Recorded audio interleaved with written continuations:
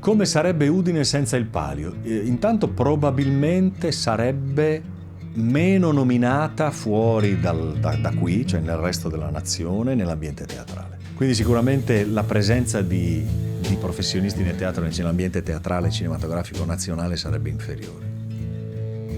Perché in fin dei conti è anche grazie al Palio studentesco che io sono qui, io su questo non ho dubbi. Il Palio mi diede la possibilità di rafforzare il mio convincimento che quella era la mia strada e mi ha salvato la vita. È veramente cambiato il mio mondo perché, ripeto, io poi non ne sono più uscito, ho fatto questo e sto continuando a fare questo da sempre. Senza il Palio io non sarei qui, non c'è dubbio. È legato proprio mani e piedi organicamente al mio avvio al professionismo teatrale. Mi aveva dato così tanto in quegli anni che tutte le altre esperienze e forme di esistenza mi sembravano molto scialbe. È qualcosa di molto intimo che ti è successo, che ha fatto sì che tu poi non potessi più smettere e vai sempre a ricercare quella cosa là.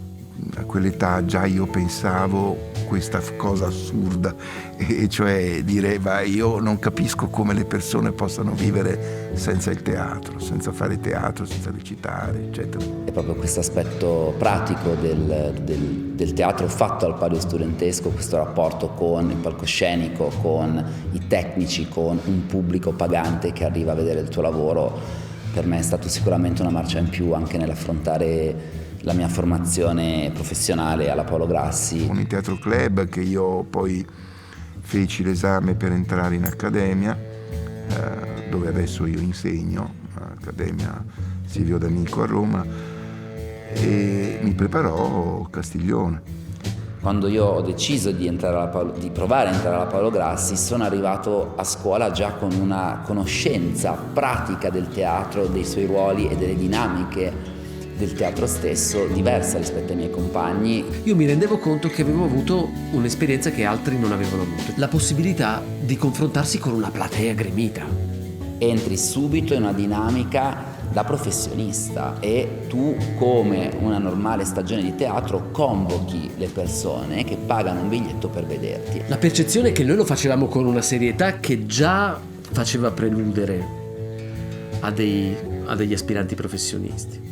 Credo che sia stato all'interno della mia formazione la prima vera possibilità di confrontarmi con un teatro non letto, non studiato sui libri, ma fatto. Decisamente si impara facendo, e facevamo tutto da solo, ce le inventavamo noi le cose con riunioni fumose in cui parlavamo, ci scambiavamo come accade anche oggi.